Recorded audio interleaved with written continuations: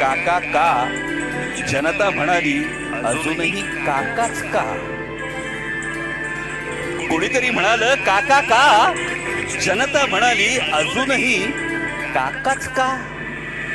पक्ष मिळाला, चिन्ह मिळालं, सगळं मनासारखं झालं, तरी अजूनही काका का. काका बोलवता धनी पुरेपूर जाणतो.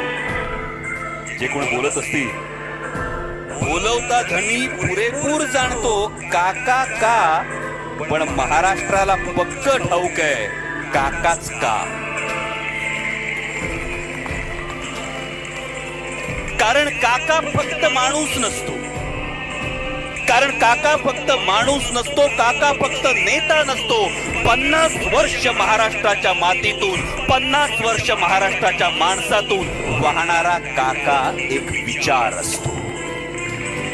सर्वसामान्य शेतकरी, युवक, महिला प्रत्येकाला, सर्वसामान्य शेतकरी, युवक, महिला प्रत्येकाला मुजोर व्यवस्थेला का, हा प्रश्न विचारण्याची तो ताकद देतो. काटेवाडीच्या का पासून कारगिलच्या का पर्यंत, काटेवाडीच्या का पासून ते कारगिलच्या का पर्यंत, काळ्या मातीच्या का पासून ते कणखर कातळापर्यंत महाराष्ट्राची दिल्लीतली ओळख काका, काकाच असतो. कांदा कापसापासून कारखान्याच्या का पर्यंत, कांदा कापूस कारखान्याच्या का पर्यंत प्रत्येकाचा आधार काका असतो.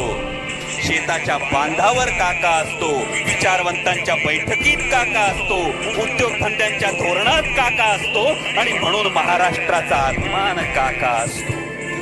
आणि म्हणूनच हे पुढचं फार महत्वाचं आहे. हे का होतं, का घडतं हे समजून घेण्यासाठी पुढच्या ओळी फार महत्वाच्या आहे.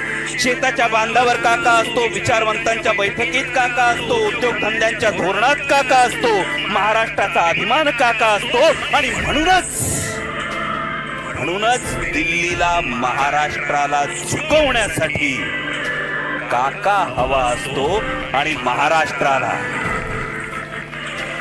म्हणूनच दिल्लीला महाराष्ट्राला झुकवण्यासाठी काका हवा असतो, आणि महाराष्ट्राला स्वाभिमानानं लढण्यासाठी काकाच हवा असतो.